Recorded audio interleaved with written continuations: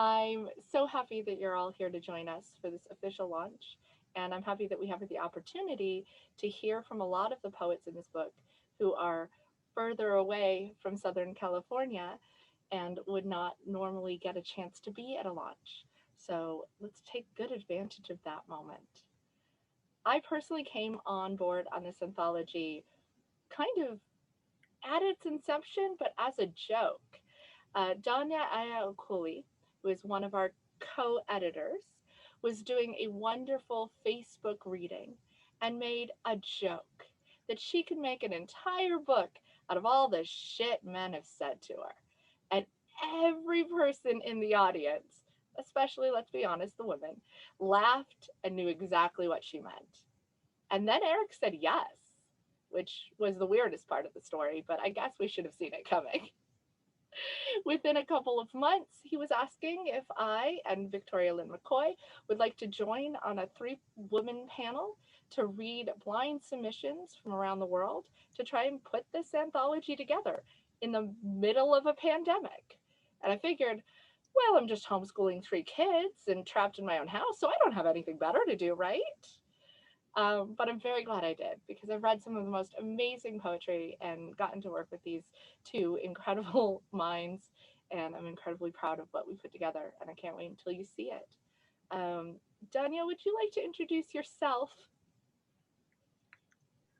Sure, thank you. That was actually a really great intro as to how this whole thing came together. So for those who don't know, I am Danya Fudi, Syrian poet in Southern California, in the middle of LA traffic, as you can hear probably around me.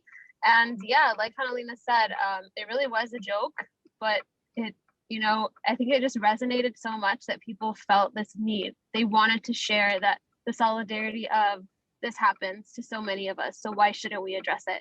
And when Eric said yes, and like when this came to me, I was just like, yes, this is what our world needs. Like a platform that honors the things that people go through that isn't often discussed. And so I'm really grateful to have been a part of this amazing team and collaboration, and to actually have like a book of this honoring so many different experiences and voices. So thank you to Eric and Moontide Press for allowing me to be a part of this as well. And then, of course, we haven't heard from her yet, but the fantastic and pretty in pink, Victoria Lynn McCoy. Hi, everyone. I just want to say how grateful I am to have been a part of this project, and for Danya and Hanalina and Eric for inviting me in. It's been such an honor to work with all of them. And Moontide is such a special community, which includes all of you as well. We were blown away by all the submissions we received from writers wanting to be part of this larger conversation around toxic masculinity. And while the poems ranged from heartbreaking to hilarious, it was heartening and affirming to read such an incredible range of voices and experiences. And I'm just really proud to have my name alongside every one of you in it. And I can't wait to hear you all read today. Excellent, thank you. For those of you who are looking for the link, or for yourselves, or to send out to other people, Eric has just dropped the link for Moontide Press's website and all of the books available in the chat. Please grab a hold of that for later use. Danya has a great book out with Moontide. I have a book, and a lot of our poets also have books with Moontide, but of course you can purchase the anthology or send it to people to purchase as well. Let's just get started. We have such a long list of poets that let's get to the poetry already. And we're going to start just like the book starts, with the incredibly named and incredibly impassioned Robin Axworthy.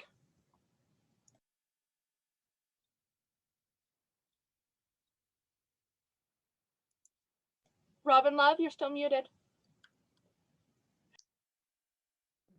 Yeah, I have 2 dogs in the room with me. So I'm up at my sister's in San Francisco. We just had a party for a litter of 7 Labrador pups that are now 9 years old. So that's why I'm here. And it was really fun.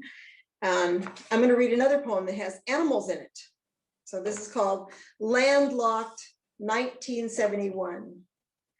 The sharp teeth grind of the neighbor's chainsaw this morning hurled me back into winter snow. Knee-deep drifts in new growth maple woods populating the abandoned sheep farm hills. You wielded the saw against the gray-ribbed arms of fallen trees. I hauled out the long branches, holding them steady while you cut them into cordwood we stacked in the rusted bed of your old pickup. My feet in too tight winter boots grew cold, then iced, then burned, then numb, but it was money for food, gas, electricity, to run the pump from the well you'd had dug our running water. I wouldn't call it love. Back to the land, perhaps, a kind of if-then longing which held me there inside your wire fences, beating aside the grit and constant grime, your appetites, your grand theories of free sex, obedience porn, mushrooms, and self-sufficient poverty, so I could keep myself in thrall, accept the hard Scrabble days, the cold nights, glad for the wood stove holding coal safe overnight, so I could stay happy with our comedic ducks and bitty bossy hens, the warm hiss of milk from our long-eared goat, while the dirt built up in the wall bed between the cracks in the planked floor ground itself into our fingers and under our nails until I finally choked, raked all your words into a pile, dead leaves, watched them smolder into ash, an autumn chore, this getting rid of dead and gone. Thanks.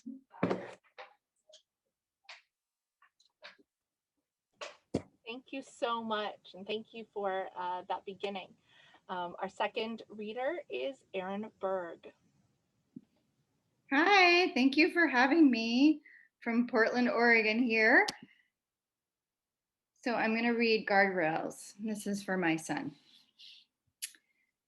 My own son, stopped short of his 9th grade year, complains about missing friends, but sits closer to me on the couch than puberty usually allows. He is the same age I was when Paul died, my first bona fide death, if you don't count grandfathers I barely knew. I felt stuck those years. Inside the brokenness, Highway 26 felt like freedom, and I let his friend kiss me and wore his leather jacket that smelled like cigarette smoke and was banished to our garage. He was not the boy my mom should have been afraid of. The hallways were full of rumors of death that morning. The school year knew. He was short and funny, and inside the shattered glass of imagined car wrecks, he stayed young forever. There was a moment of silence, but inside dirty bathrooms, we avoided loudspeakers and rolled around on cold floors.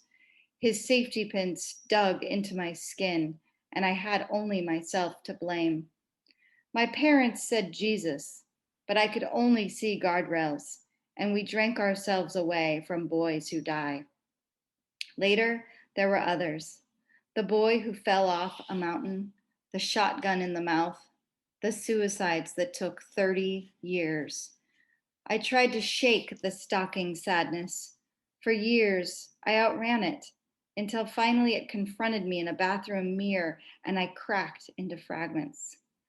I collected all those broken pieces, and at the corners of the darkness, I saw flickers of light.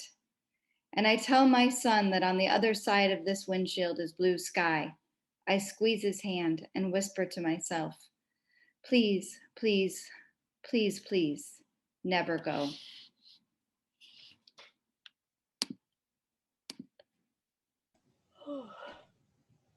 As a mom myself, man, did that land. Thank you so much for bringing that.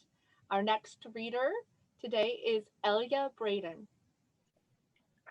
Hello, all. Thank you so much, Eric and Hannah-Lena and the rest of the team. Thank you. I'm so honored to have my poems in here.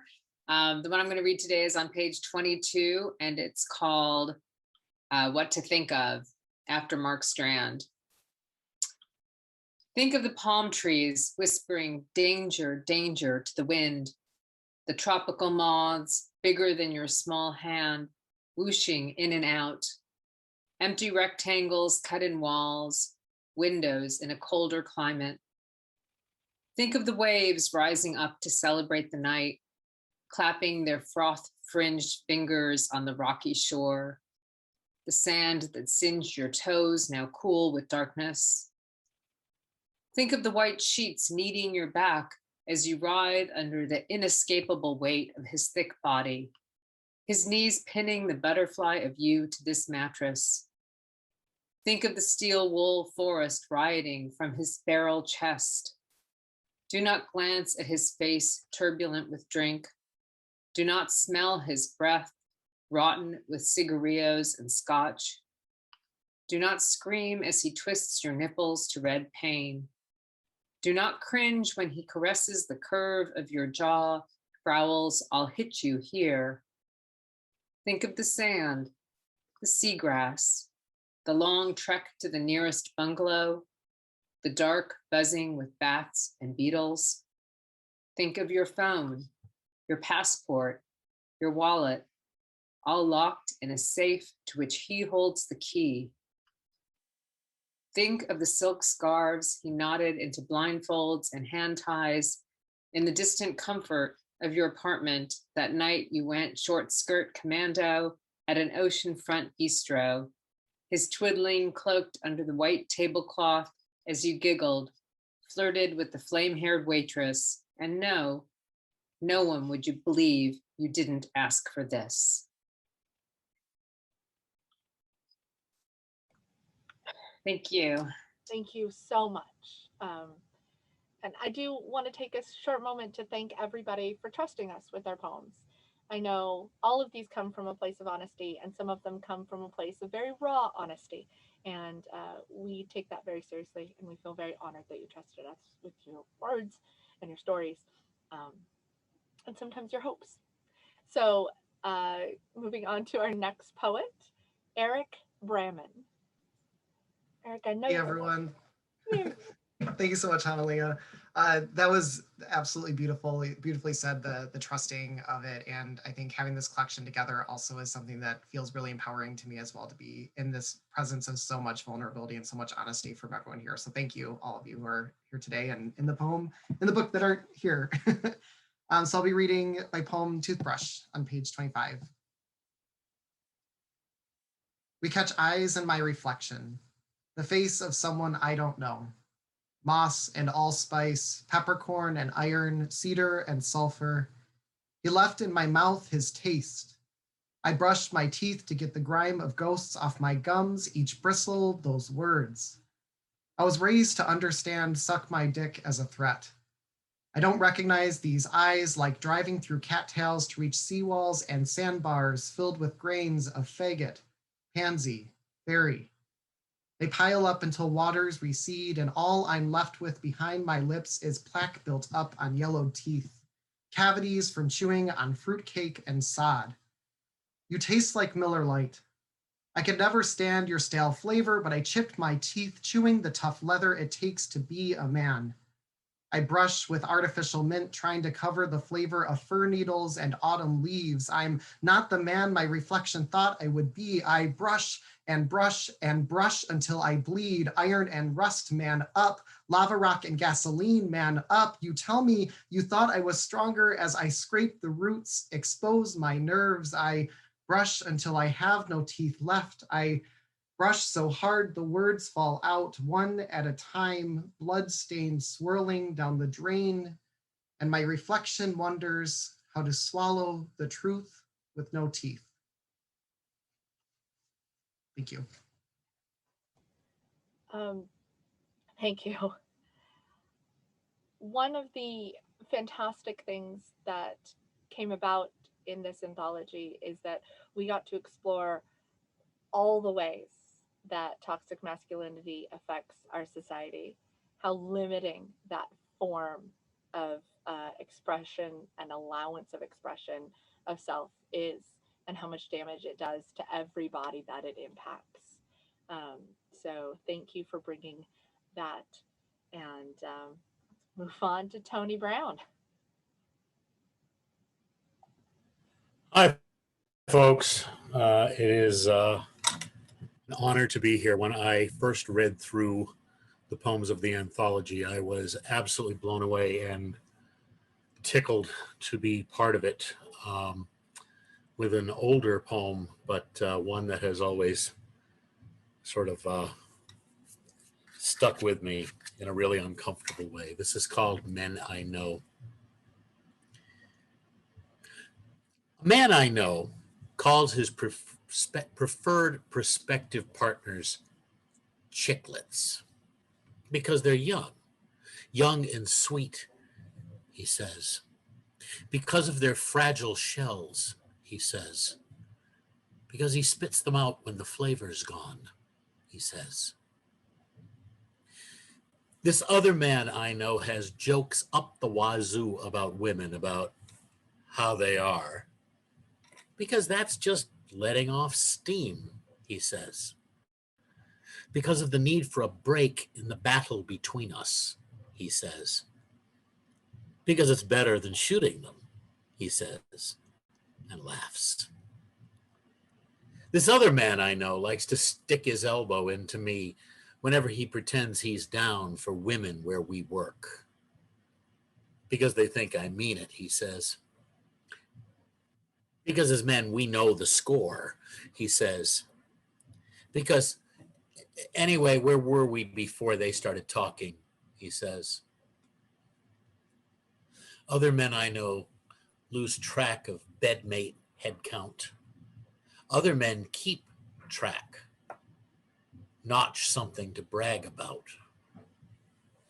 Other men I know have heard about no, but they say it's just a lock to be picked apart. Other men don't care much for locks. Bust down the door, swear they heard a cry for help in there.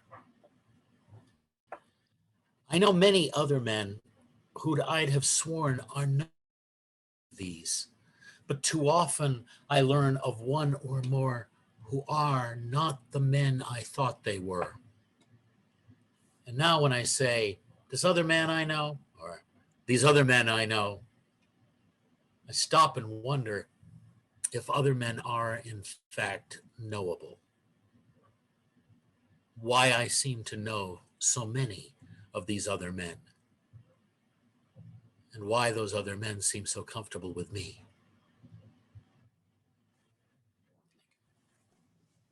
Thank you very much, Tony. I did not even know that was an older piece, because it is so on topic of the book, but it is valuable to have people speak up and go, yeah, these things are being said. It's not women's histrionics. This is absolutely the conversations. And I appreciate the self-reflection at the end of that poem. That was a fascinating moment too. So moving on to our next poet, Kathleen Calbert. And a quick reminder to all the poets, if you say the number of the page that you're on, it's helpful for people to read along when they are. I'm going to read a poem that's on page 35. I also want to say thanks to Eric and Moontide Press and to the obviously brilliant editors. I wanted to be in this anthology just hearing the title. That's the anthology I've always wanted to have, and I'm happy to be in. And I think it is a fantastic collection. This is called I Don't Want to Read a Poem About Baseball. I'm tired of the American spirit, the boys of summer and their fans, team effort and hey, bada, bada. Maybe it's just another thing that I don't understand, like God or jogging. But I was that black-clad chick behind the bleachers smoking. I don't know anything about sports, period. My brother shakes his head. There are many ways to be stupid. True, for me there was no beauty, no satisfying crack of ball and bat, just another chance to be a girl without hand-eye coordination. A ball coming in my direction meant I should do three things. Duck, it's my little dog. Duck, cross my arms like an X over my head and wait for death. I've got enough adult humiliations to write about already, don't you? Shouldn't your poems be about girls like me anyway? How you loved kissing us in the rain? How nothing was better than the mist of menthol between our shining lips? Don't get me wrong, I don't care if you play the game. Have fun, slide into home. But I don't want to bask in the amber glow of another boyhood in Brooklyn, hear about your World Series heartbreak or existential loneliness first encountered in the outfield. Don't try to prove you're not as fey as a poet by applauding jocks, please. I don't want to read those poems, just like you don't want to read about my body. Since you're the editors, you win, you rock, you rule. The rest of us are pussies. Thank you. Thank you very much. Moving right along, because I'm going slower than I thought. Michael Canton. All right, following right up on 37, and thank you all for your very heavy and heady pieces. I am not that person. I respond to frustration and disgust with satire. Does the abyss stare back?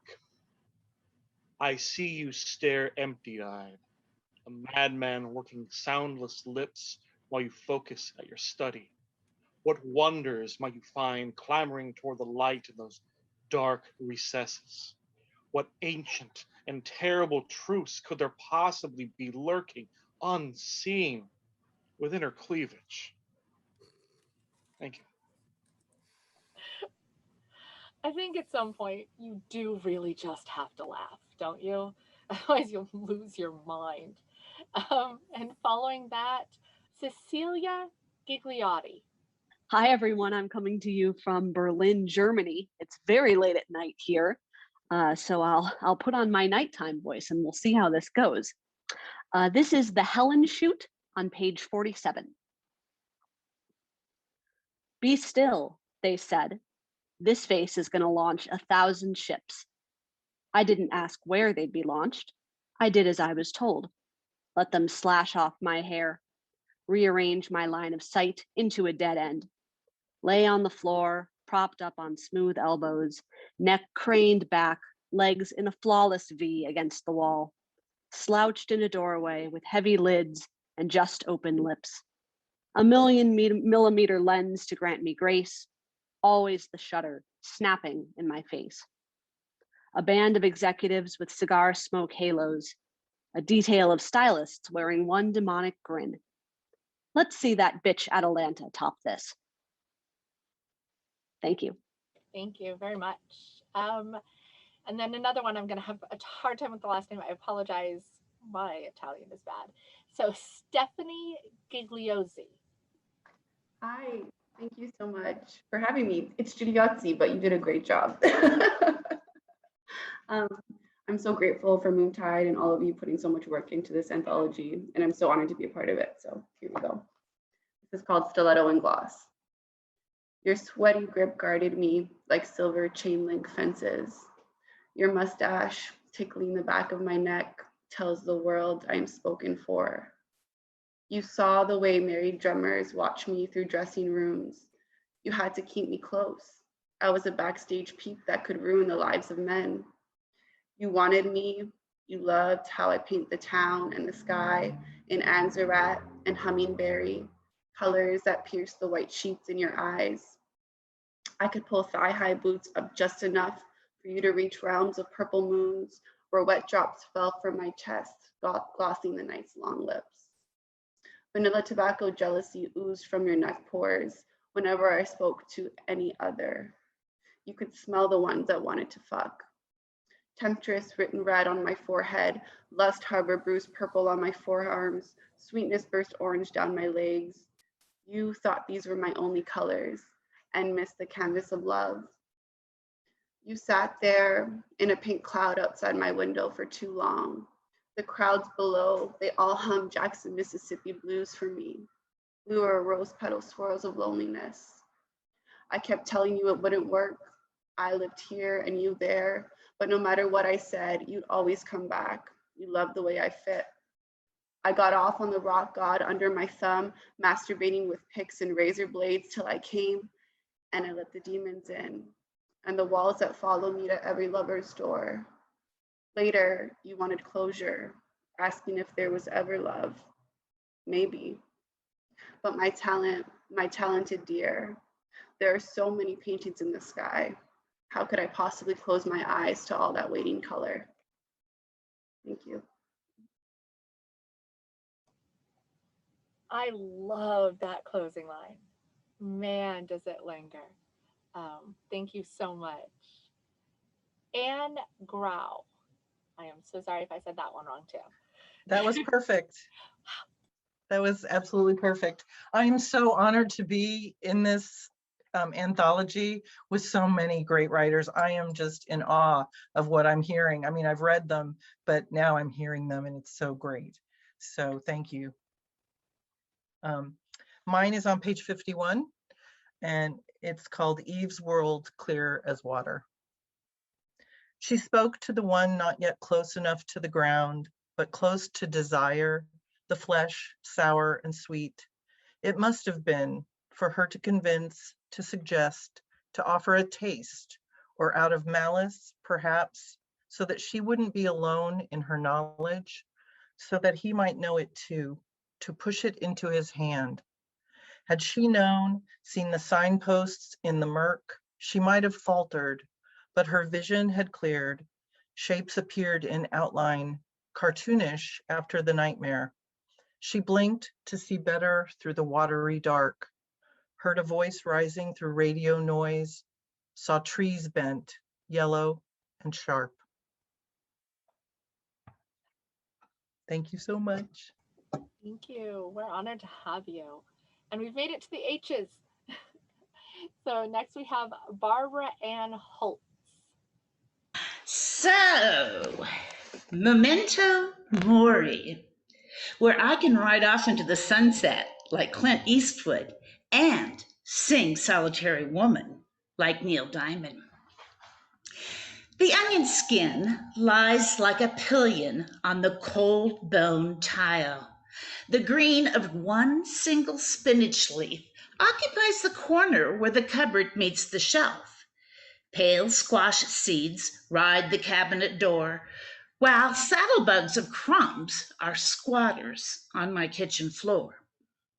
The broom and the dustpan stand piously and proudly, judging me from the corner by the door. There will be no retribution for this dirty tile, no broken dishes or upended tables. The utensil drawer, a wilderness of knives, flashing silver in the kitchen light, tailings of forks and soup spoons in a nare's nest with the serving spoons. The forks will not be placed precisely upside down, so the tins will not jab the painted drawer.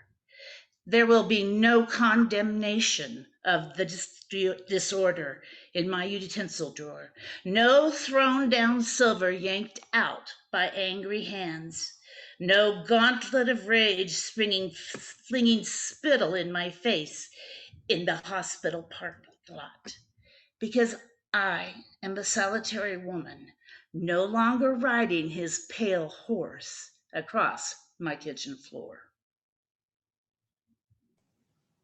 Thank you so much, Barbara Ann. They're just the amount of detail that you tell the shape of a story that makes it so universal to so many of us is incredible in that. I love the intimacy of the moment. The moment, the construct of the utensil drawer, the relatability there. So, thank you. Tanya Ko Hung. I know I saw you. So, thank you so much. And then I just wanted to explain my last name is actually Ko space Hong. And then I didn't cut it myself the first time. So being a woman, when you marry and then you want to keep your last name, it's always kind of confusing. And then you want to have like a hyphen or like a take off the hyphen. So I just get confused myself with my last name. So I just wanted to say that. And then my poem is under H, page 58. The war still within. Tonight, my tongue cuts galaxy. Black bones be fire. A crying cello repeating if I open my mouth. I will be sent to the Temecula desert, a graveyard. Silence of 1,000 skirts. Endless black. Nothing can live. My eyes flame. I never talk about the battleground. My secret burns. My silence is your mouth. My score, the house of a story. My jar hinges star dirt. Devastation in capture. One man said, no one listens to you. No one sees. Open your mouth. I said, go ahead. Cut and burn my tongue. You cannot set fire on my secrets. My other tongue will speak. I carry my eyes, my bones through this war. Thank you.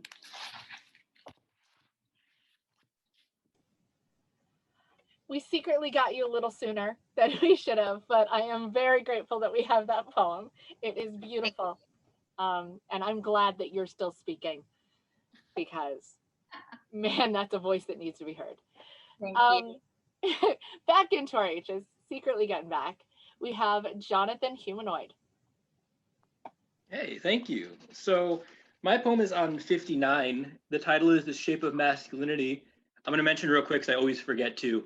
The title is very straightforward, but it's also a nod to an album by The Refused called The Shape of Punk to Come, in which they attempt to challenge the limitations of what punk can be and can do. And I thought it would be kind of neat to put that hint in the title for fans of punk. So this is called The Shape of Masculinity. I haven't weighed myself in a year. The last time I weighed in, I was 168.9. That was 2 years ago, 3 antidepressants and their weight gain ago, 1 identity revolving around my body, and then I thought I was in love ago. I am standing in front of a mirror, partially dressed, brushing my teeth. It is not my place. These are not my toothbrush or toothpaste. My reflection stares back at me. The glass is etched with 168.9. Nearby, I can hear water running, sex, and a shower, a natural order. The apartment is hers. I watch her walk up behind me, touch my waist, tell me I am better shaped than the last 2 men to stand in my spot. Beneath my feet, the carpet feels new. I am the first to flex my toes here. Her admiration carves lines into my face. When I look back to myself, I see my worth etched into my skin, 168.9. She says she likes me for my intelligence. This is a semester. She is both my lover and professor. We are adults, so it feels fine. She likes me. We are dating, so it feels fine. I am sometimes slow as a student. I have a lot to learn. I won't realize how wrong I am about all of those thoughts until the second or the third time that she has mentioned my muscles. And I want to say that we still talked about books and not how I could be doing better as a student, but God, how I could feel fresh carpet, new home, place to become love whenever she noticed the tension of my arms or my back or my stomach.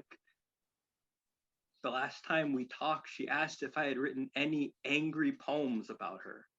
I have written poems. I don't think they were angry, not at her. I have been congratulated for betting a fantasy. Weird as that feels to me, the poems are not about that, definitely. I want to say they are poems of pain. I hurt for a long time. Weight gain felt like failure. I broke up with her. My mirror broke up with me. Both relationships ended messily. This poem is also not angry. I recently weighed 206.3 pounds. I am thicker than a luchador. My reflection and I are cool again. I am talking to a woman who listens when I talk, sighs and swoons a bit when I read poems, even if they are not about her. Inhales deeply when I share a thought that has excited me and I feel smart. I think it's kind of funny.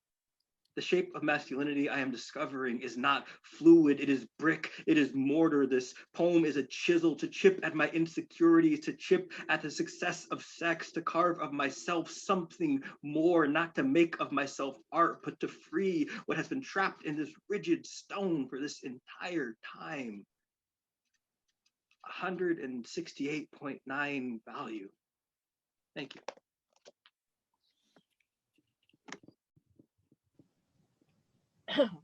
Thank you so much. I've been a fan of that poem for quite a while, and I think that it speaks to, masculine body dysmorphia is not a thing that's talked about a lot, but it's definitely a consequence of toxic masculinity.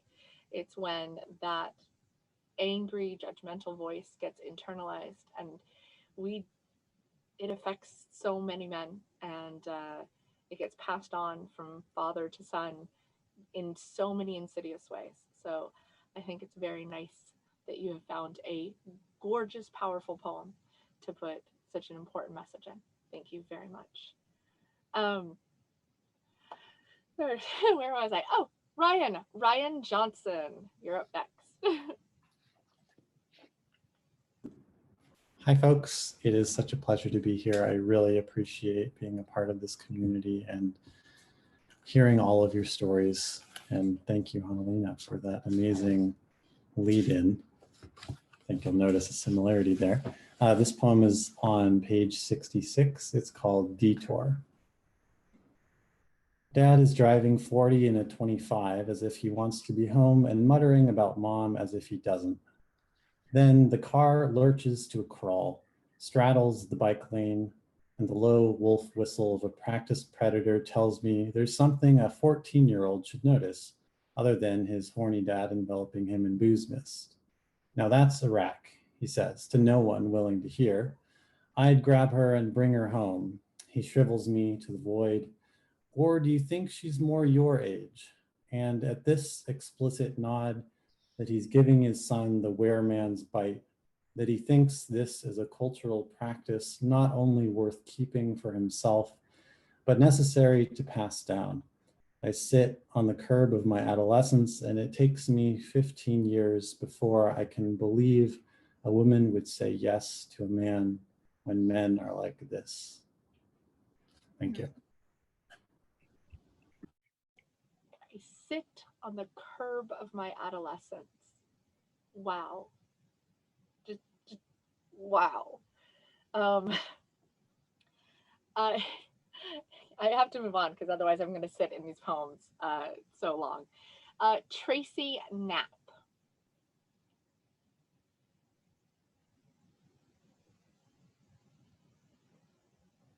Do a quick scan. Tracy, we here? Sorry, there's a lot of boxes, so it's not that quick of a scan.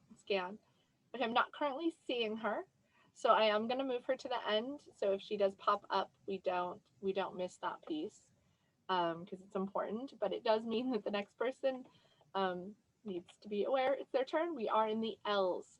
So Courtney Leblanc. I'm literally just sitting here listening and with my pen like underlining every goddamn line from every poem that you all are reading. So I work in a very male-dominated industry, and so that's what this poem references. It's titled Promotion, and it's on page 80. I sit with hands wrapped around the steaming mug. My new office is freezing. My desk just below the vents that blow cold air regardless of the outside temperature. I sit and sip hot water. Not tea or coffee, just water. Just the mug to warm my hands and the liquid to warm my throat. Only men have inhabited this space, and I knew it would be cold, but the requirement of layers and a lined bra seemed a worthy trade-off for authority and power. I celebrate by ordering business cards with my new title printed on them. Tomorrow, I'll wear an unlined bra. I'll let my erect nipples walk into the room before me, guns blazing. Thank you. Thank you so much. I love that poem because it is one of those microaggressions, and we can sit and rail over the big, scary, overwhelming things.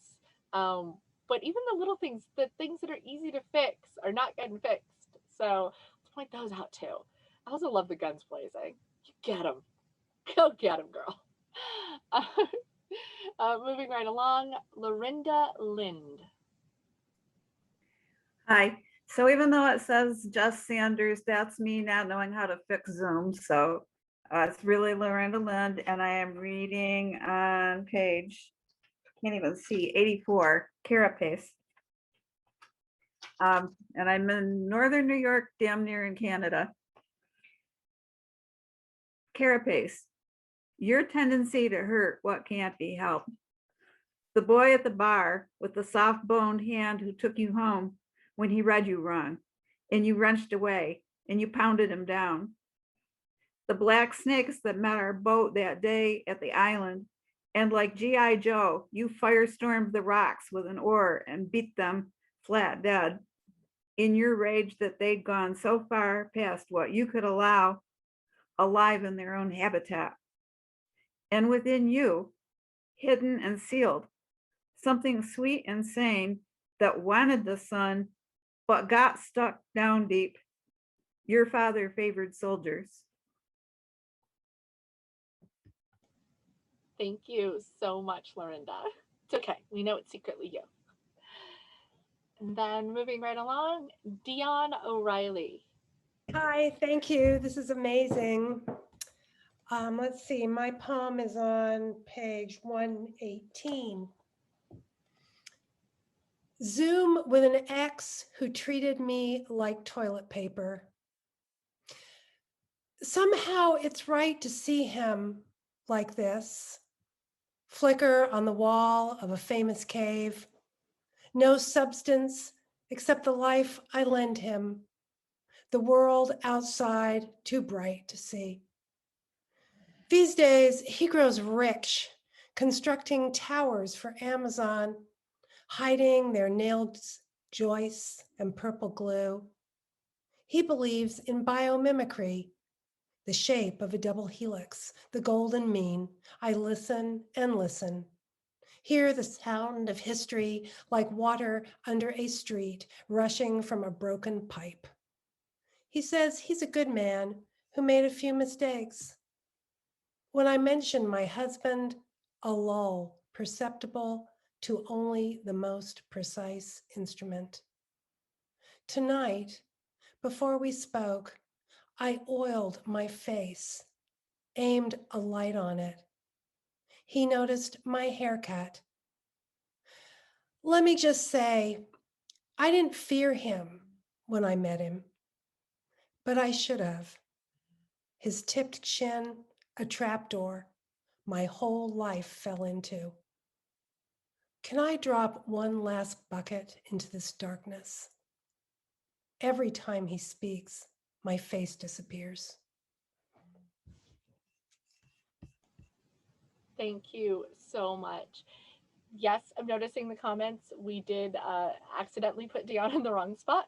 That's on us. So everybody in the M's, don't worry, they're coming next. That was absolutely on us. We have not forgotten you. Dion, that was wonderful. And that mic, your voice is just fantastic. I mean, your voice is probably fantastic anyway, but I'm jealous of the mic. Moving back to the M's. See, we have a festive alphabet here, I guess. It's having its own little party. Tamara Madison.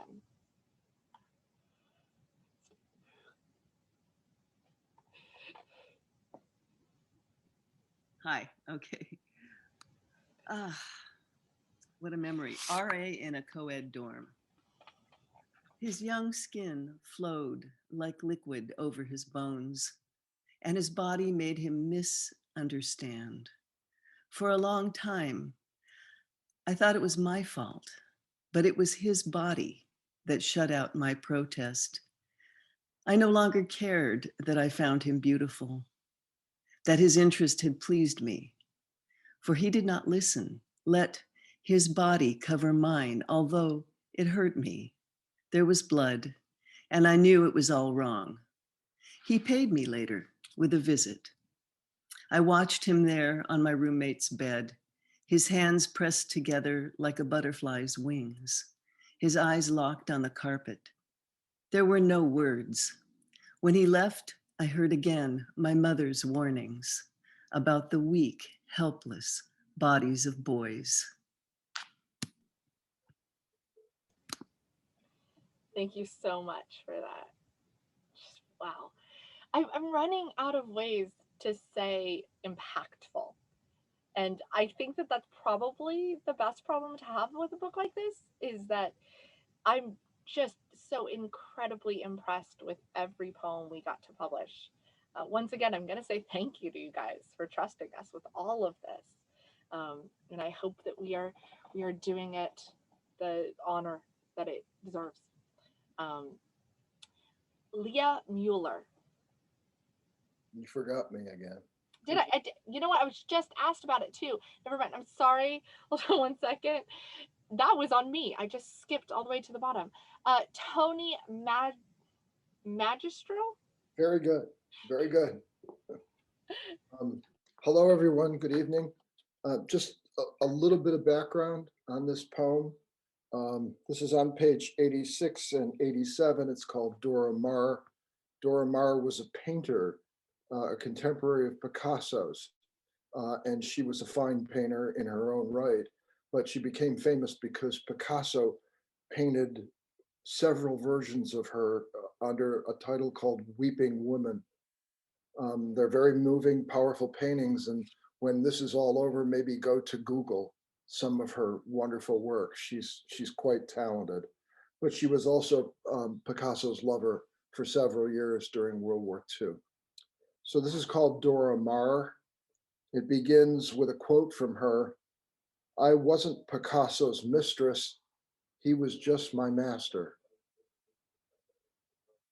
How then to discern her place in between successive wives, for once not just another conquest, but an accomplice, the only paramour who could match him in mind and temperament, loved enough to envision herself someday inside staid museums, hanging by a thin wire, whole chapters devoted to their life together in psychoanalytic biographies.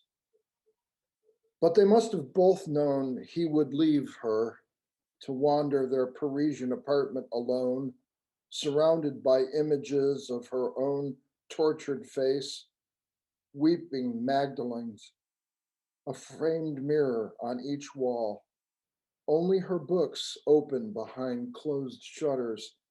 But what insight into that face, cracking it to spill out her howling striations, portrait twisted into immodest revelations.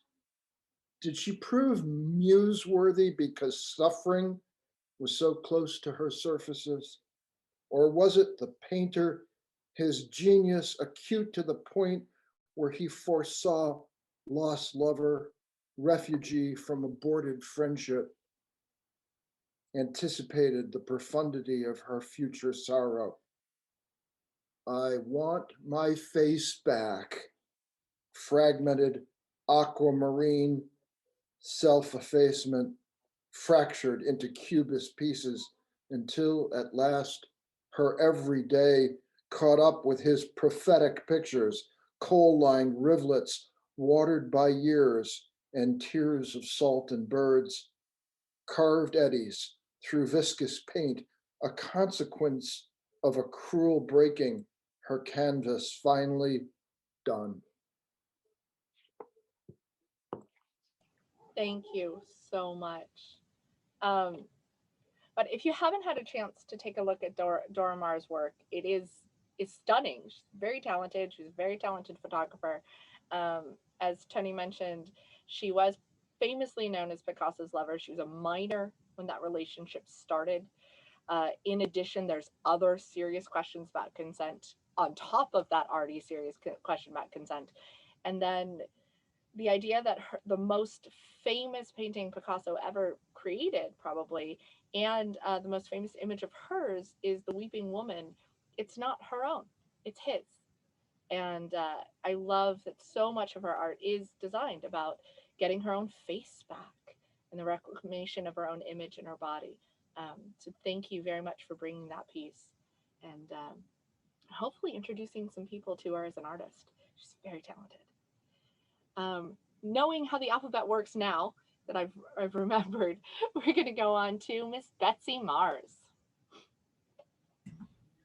Hi, and as everyone said, this is just an amazing book. I bought it for several people, and I know they're all thrilled with it, and I'm just starting to become familiar with it myself. And just seeing the names and the proof, I was just blown away, and I'm really honored to be here. My poem is called Kindling, and my voice is a little froggy today. You come to me like summer, old fireworks, sparklers, chips of cured mesquite, hickory, applewood. You feed me. I'll start you up, you say. A slow simmer of I'll attend to you. You won't get burned. While my life becomes nothing but char. For months you cook breakfasts and deals, spin out the line, buy that special string to bind the turkey, deep fry another Thanksgiving alone. I look on from afar as you and I become characters in a slow motion scene. Another inferno I keep kindling. You rub together a couple of sticks to keep it burning. Throw on a little gas, some liquid smoke for flavor. Pretend it's food. Pretend it's something to sustain. The joke's on me. I swerved out of my lane. Now just more wreckage, dwindling smoke in the rearview mirror. Thank you again for having me. Thank you so much, Betsy. I'm going to take just a minute now that everybody's had a chance, hopefully, to have the book in their hands. And I want to thank the artists. We actually had 2 cover artists we worked with. You can see that there is an outside cover and an inside one. The outside cover art was done by Kat Keller, who is here in Orange County. And I'm hoping that you have a chance to take a look at the images that she's chosen and the way we gender objects on top of everything else we're already doing, and her play with color and texture to kind of talk about how gendered objects are a weird thing, honestly. And then in contrast to that almost sweet bubblegum feeling outside of the cover, the very approachable cover, when you open it up, you can see the sketch art that has been done by Kia Hinton. Kia is a gender fluid artist, also here in California. She does primarily leather work for the movie industry, but she created this series of sketch arts for us. And the interesting thing is, as you can see, there's eyes, there's noses, there's mouths, all broken apart and disconnected as if you're putting together a face via a sketch artist. All of the original source materials had men smiling. But if you look at the various body parts, you're not actually always aware of that. And so there takes a minute where you're going from the bubblegum outside to this to go, are these faces a risk to me? How do I process just eyes staring at me? And we're hoping that for the readers who aren't used to having that moment, this can help bring that kind of, I think, very normal moment for me and many of the other people in this anthology home to them in a new way. So we do want to thank Kat Keller and Kia Hinton for their gorgeous art in this piece. And then I'm going to move on to our next reader, Jose Enrique Mendia. Henry. Hi, everybody. The poem I wrote is on page 101. And the title is Police Interviewing the Rape Victim. If they ask you what it was like, say it was like being a shipwreck that never stopped sinking to the bottom of the sea. Tell them you were both inside the destruction and outside of it. Confess that each time he approached you, you left your body, since you didn't want to be both a victim and a witness. Don't mention it's been going on since you were 6. Some secrets weigh less in the dark. Some bones rattle less under the weight of a lock and key. If they ask why you didn't run away, point to your legs submerged up to the knee in concrete. Explain that a body turned part block sinks faster when thrown into the ocean. Describe, if they'll listen, how beautifully bubbles left your mouth when you looked upwards, hoping someone would reach down and pull you up. When they say it's your fault, fling the door of your heart open. Let all the darkness come in. Accept everything bad that's happened to you. It's just night, after all, and you're accustomed to the night. Besides, if you're ever going to step outside, if you're ever going to breathe the air again, you have to first unlock the door. Thank you so much. And it's so good to see your face again. That was just for me personally. Whew, processing that for a moment. Okay, now wrapping around, and I'm sorry that I did this to you. Liam Mueller, it is actually your turn this time. This is a long one. It's a letter to my sister, who has been gone for almost 6 years now. Dear Erica, 3 months have passed since you sat in your small American car, faced a red and white striped barrier sign on a dead-end road outside of Houston, shoved the gun barrel underneath your breast, pulled the trigger, and died without bleeding. Your aim was so good that even in death, you knew how to lodge the barrel in the spot where your bones would collapse like a planned demolition, and there would be no spray to clean up later.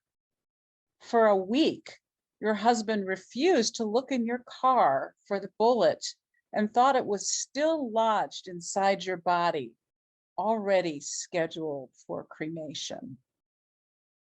Post-funeral, I asked to see your car, since it was the last thing you touched before you texted goodbye and pulled the trigger.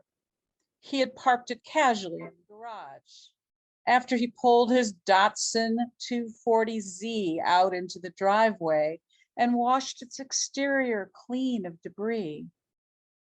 Its body shimmered in the driveway now, like a polished silver gun barrel. He always did love that car, and he was glad to have an excuse to drive it again. The two of us opened the door of your vehicle and peered inside at the cushioned seat where you deliberately took your last breaths. Noticed its puzzling lack of any human remains. For a moment, he seemed almost like you might imagine a grieving husband to be. His breath shortened, and he ran his hand against the underside of the driver's seat, and finally said, I found a hole. With one forefinger, he traced the bullet hole, like you might examine a tiny wound that had inexplicably failed to heal. He ran his other hand under the seat and came up empty, shook his head, and said, the police must have taken the bullet. Later, we drove a mile from the house to the place where you died, and your husband kept getting lost. He complained that GPS had failed to store the data, but that it was probably more fitting for us to drive aimlessly, as you had done. But I doubt if you drove aimlessly. You had probably scoped out the spot months in advance. You had already compiled a funeral music set list, changed your life insurance policy, and sent farewell flowers that were scheduled to arrive at your house after your husband discovered your body. It wasn't necessary because all of his friends sent flowers. They arrived continuously for a week until they covered every surface in the house. Your husband took 3 towering racks of sympathy bouquets, placed them strategically in a row beside the sign that marked the place where you had died, and then took a rapid-fire series of photos with his phone. I wondered why he couldn't seem to stop texting everywhere he went. Everywhere he went, even when he was driving, until finally he was at your funeral and he had to place his folded hands in his lap. As soon as the memorial was over, we dined at your house on baked beans and white bread, and everyone dove right in, except for one of your coworkers who stood at the side of the group, refusing to eat. Your husband mingled phone in hand, pressing the tiny buttons with earnest concentration, while your adult children cried in the corner with their father. And I argued politics with Texas Republicans and counted the hours before I could go home because everyone had forgotten how to grieve in the midst of so many electronic diversions. And I had forgotten how much I hated Texas. You were nowhere in attendance, even though your photos spun in circles on the television screen. You with your husband standing on your lawn in front of the sold sign, you and your daughter before you quit speaking to each other, even a couple of photos of the two of us that I had deliberately forgotten. We hadn't seen each other for 10 years, and I'd never met your children, not even once, because their father took them to Mexico after the divorce. And you were goddamn well not going to subject yourself to the crass indignity of another divorce. You much preferred to die instead. The joke is on you, however, because your husband never found the bullet and he doesn't know what to do with your ashes. So he keeps them in a shelf in his closet. He announced on Facebook a month later that he was in love, and then posted photographs of himself grinning hugely as he stood with his arm around a prettier woman. And I finally realized why he did so much texting after you died. If I were a gun-toting Texas Republican, I would suggest that your aim was cockeyed and you shot the wrong person. But I've never held a firearm, let alone pulled a trigger, and I don't recommend it to anybody. I wish you had spared yourself, however, and sued your worthless husband for everything, left him penniless and bleeding in the dust.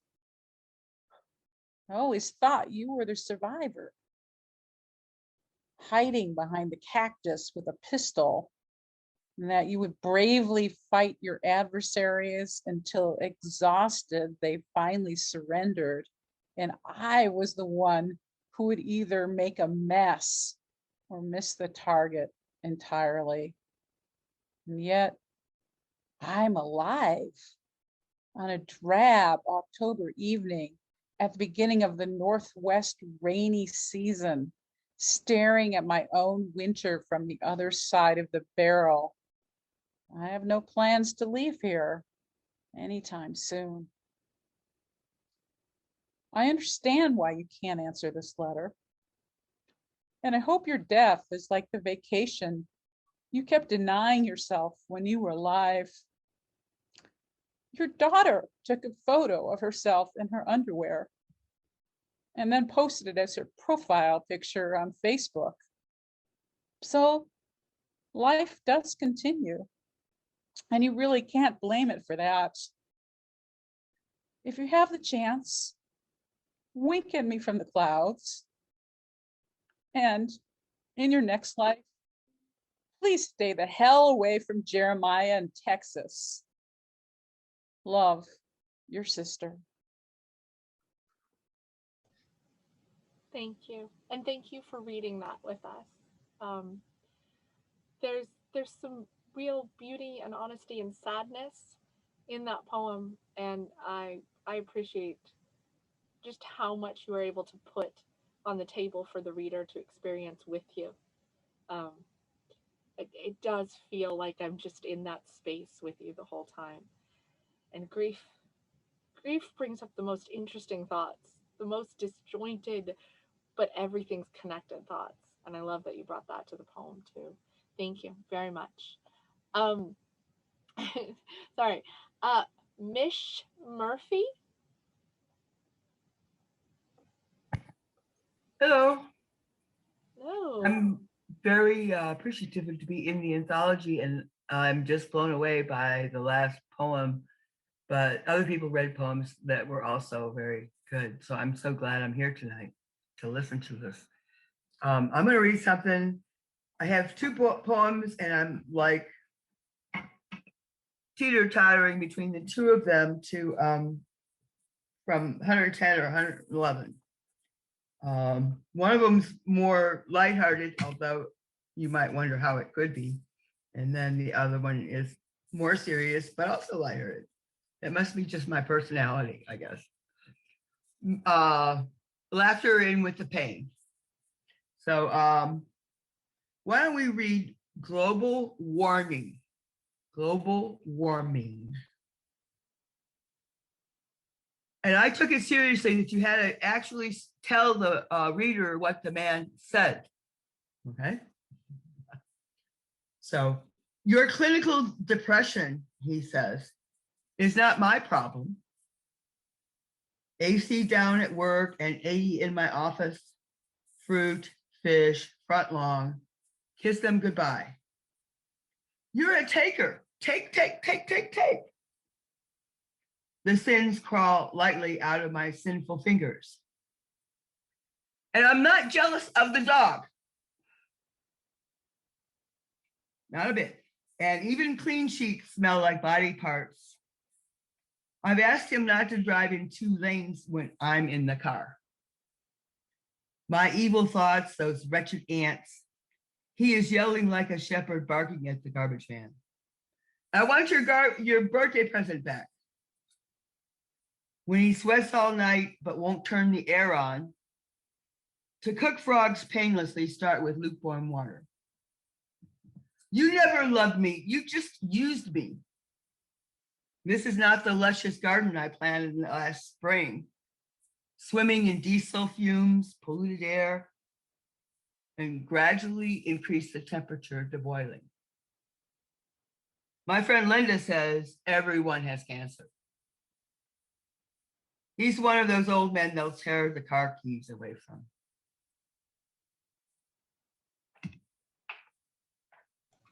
Thank you. I like reading that one along with you on the page because it just dances. It's wonderful on the page. Moving into the R's already. Bill Radner. My brain has done its own thing. Sorry, Bill.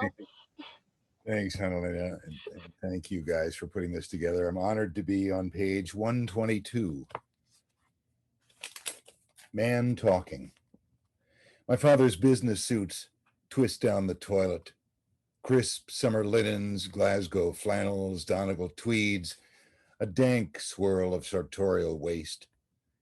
Kneeling on the flooded master bath tiles, dredging for his waterlogged wardrobe, my father hisses, "There is not an ounce of man in you. You need decorum." We engage in a brief scuffle. I catch him with a bolo punch to the crown. He phones the cops and has me committed. It's a kind of ritual we have in our house, like spring cleaning. In the hospital, a car cigarette lighter is mounted on the wall by the nurses' station where pyromaniacs melt wax on their bottoms and light their pubic hair on fire. Visitors' Day, my parents wear badges with photos of their faces. It's not necessary, I say. I know who you are. Cartoon donkeys pushing warm clouds out your breezies. My mother informs me she's dropped out of child-rearing class. My father hands me a tiny evergreen tree made of felt. "It's a puppet," he says, slipping it over his finger and growling like a pirate. "Walk the plank." His eyes, a pair of life ring buoys floating at sea. When he and I argue, my mother often cries. This time, she just scrubs something off her blouse with a handkerchief. She loves pretty clothes. She has bulbous Russian breasts, like the domes on St. Basil's Cathedral. "We're taking you home," my father says, handing me a lunch basket. My meds have kicked in, my fears of the outdoors, the gray sun, the day, merge into a restive corner. My parents walk me to the car. I stare up at the linen sky. Thickets of leaves hover, capable of striking out at me. I say to no one in particular, "Is my sex attached to my skeleton?" My mother begins to cry. My father spits out the car window. "Look, son, drink from the fleshy part of the passion fruit. That's what men do when we're thirsty." I shout back, "When you're thirsty, you visit Aunt Ellie in her condo and lap up her hidden waters under her brushed silk duvet." Mother rolls down the window and calls my father her dirty old saint. "Thank God for men," she says. "My doctor thinks I lack friends, but who needs them when I have the two of you?"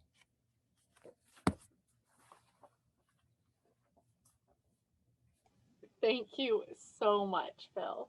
I love how clear each character in the poem is and how they interact is just, it's an incredible moment. Thank you for sharing it with us. Who we have? Julianna Roth. Hi, thank you, everyone. My poem is on page 132. Far South.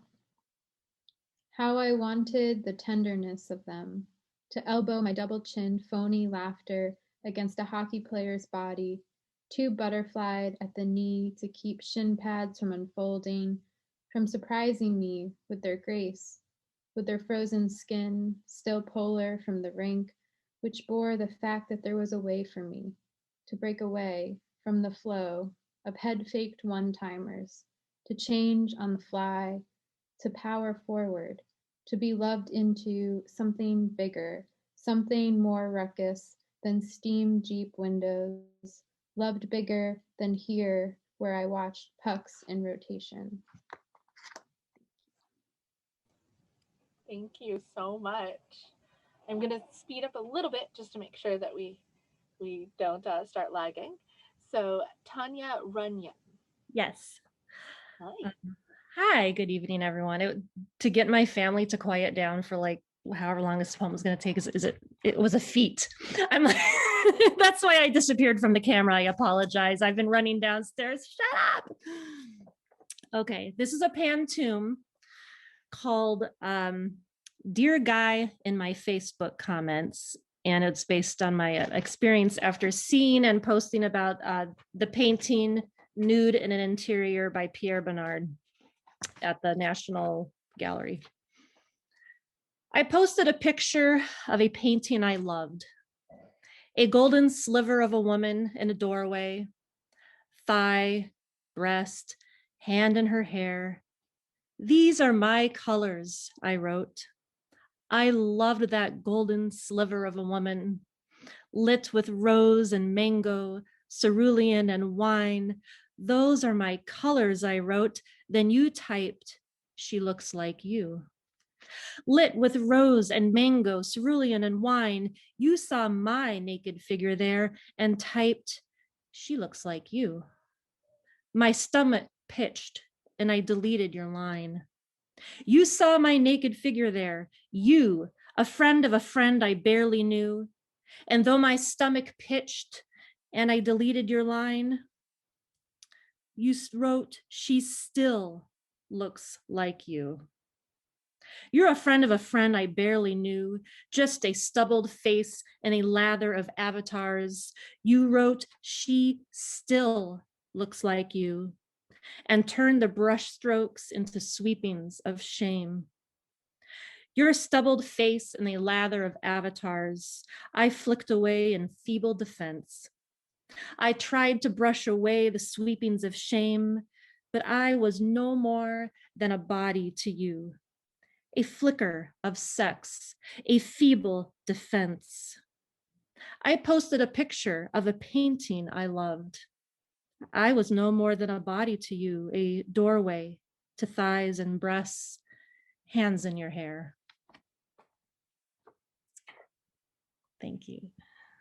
Using that form to explore objectification is just a fantastic use of poetry. Thank you. Thank you. Thank you. And next we have Christopher Sodden. The poem I'm going to read for you is on page 141, and it's called Rapture. I would never tell you God, my derelict dad, wasn't there someplace lost in the scalding squall of my queer teen manhood, drenched in ferocious tears and poison piss and blood drumming in my cracked skull, spunk arcing from ridiculous purple head of my bobbling cock rocket, intoxicated in the terrifying rush of gang shower temple, salty jockstrap peeled from Phil York's cheerfully swaying Peter, simmering drool goading to sink my teeth into Mark Newell's flagrant ass. How it jolted my trembly bones to lather beside them in that sublime liquid nightmare, imagining taste of rich spit, gooey tongue, asshole clench. Let me coax your wobble horn dance, Mark. Let me coax wobble horn dance from your dick, convulsions filling me with your gleaming. Fill, let me suckle milk spurt from your slit. Let me grope and roar and sob, knowing God would devour me with rough tenderness. If I'd only known guys would trust me with their secret and fragile aperture. If I'd only gulped the cosmos fiercely, gobbling something radioactive and unstable and astonishing. Thank you. Thank you so much. If anybody is asking to be added at this point in time, it's going to be at the end, just to make sure that I don't get confused, because obviously I do. It's a long list. So if you haven't gone yet and you wanted to, you can ask Eric or myself to be added, but it is going to be at the end, just to give you a heads up. Next, we have the new mom herself, Kelly Grace Thomas. Hi, thank you. Yeah, thank you so much to the editors and Moontide and every author and poet who's reading here today. This is like a stellar all-star lineup we got today. So this is called Burn the Boats. Because I believed somehow it was my fault. I never told anyone how great-grandmother used to pinch the extra chub around my waist and ask, "Who will keep you now?" Pointed to every empty man not at our table. Told me I'm only as good as what I can please, hunger my only harbor. I carried this, a body full of broken boards and boundaries, and never told anyone how my first love dropped threats like a anchor. I'm on page 148. Holy shit, I totally forgot. I'm on page 148. I never told anyone how my first love dropped threats like an anchor. Warned me what would happen if I took on water. Sinking always slipped between his speech. I believed being boarded equaled boat. So I floated for 7 years, subtracting what I had for another body parts of me that couldn't fit inside his hands. My first love never let me use the front door. Instead, gave me a dark portal to climb through.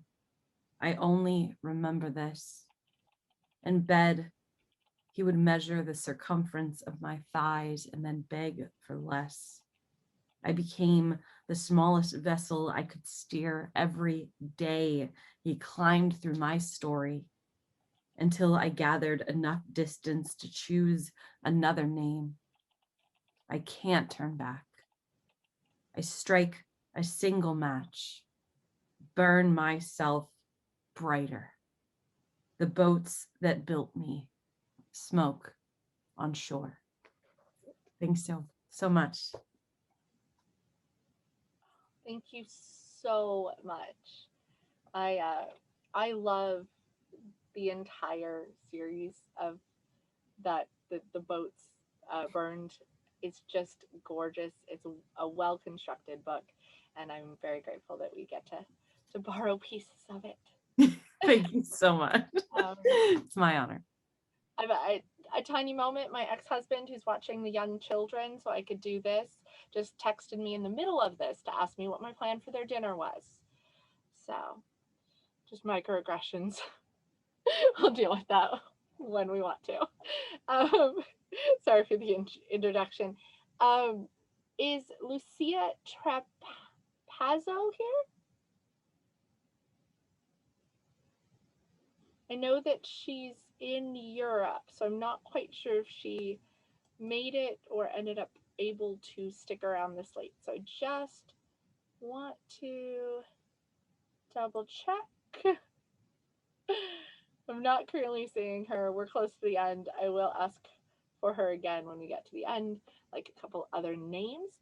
But that means that we are skipping to the fabulous, not that I'm biased, Ben Trick. Hello. I'm now just very, very mad about you having to plan dinner. Oh, wow. I just want to say before I read how I'm just excited to be in this book with these three editors who are three of my favorite people in the world, and they're all wonderful and amazing. And now a poem. It's on page 153. It's called Purpose, and it begins with an epigraph. If you can remove a female character from your plot and replace her with a sexy lamp and your story still works, you're a hack. Kelly Sue DeConnick. Put the fruit down. Don't offer him a bite. He will be happier in ignorance. You knew this about him before your own teeth tore into fleshy knowledge. Don't pretend you were tricked. You could already feel the divide. He was content with doing the naming. Of course he was. It gave him purpose. Your purpose was to look pretty while he did things. A sexy lamp, if you will. Understanding looks better on you than your spotlight ever looked on him. Thank you. Here's for not doing all the labor, emotional or otherwise, in a relationship. And speaking of somebody who writes gorgeous fruit poems, but also gorgeous empowerment poems, my darling Ellen Weber. Hello, thank you. This has been such an amazing reading. So my poem is on 159. It is called Almond Blossom. I've spent 1,000 years picking myself out of the middle of nowhere, on an empty highway, clutching fistfuls of fireflies to my eyes, clawing poppy blossoms across a belly full of rabbits. I dripped with peppercorns. I salted the earth as if that would make the mud easier to swallow. I buried the creatures with a pocket watch and a dead fish, and mounds rose up the hills of my body. A congregation of sparrows sang like nightingales, as if that would bring me peace. My ghost is mad Ophelia babbling in swamp flower, poltergeisting the highways and waiting for the next thud of wooden dolls slapped out of my hands. Brings me walnut shells to curl into like that could keep me safe from waking up again in the cheekbone curve of a boy who does not know the difference between a raven and a writing desk, between I'm sorry and have some wild almonds, love. I picked these myself. You'll have to kiss me to taste them. Thank you. Thank you so very much. Rounding out our W's, we have the great Aruni Weejing Singha. And I'm sorry if I messed that up, but I tried. Hi, Hannelena. And hi, everybody else. Thanks for squeezing me in. Sorry I was late. I was changed to a sink, literally, for most of the afternoon. This is Revlon Super Lustrous Lipstick, cream color number 640, Blackberry, part 2. And it starts with an epigraph. With my mask, I controlled all of the mouth movements with my own mouth. Peter Mayhew, which some of you may know as Chewbacca. His thumb wipes the stain from my lips. You know what they say, he growls. The darker the berry, the sweeter the juice. Looks at the smudge on his fingerprint, rubs the dark on the thigh of his jeans. My naked mouth, defenseless. Thank you so much. And I'm glad you could sneak away from work early enough to join us. We appreciate that. I'm going to go to some surprise poets. So they're going to be completely out of alphabetical order. First, we have Jessica Stolitsberg. Hi, sorry, I wasn't sure if I could be here, so I'm sorry I was late with that. I'm reading Physics on page 142. So,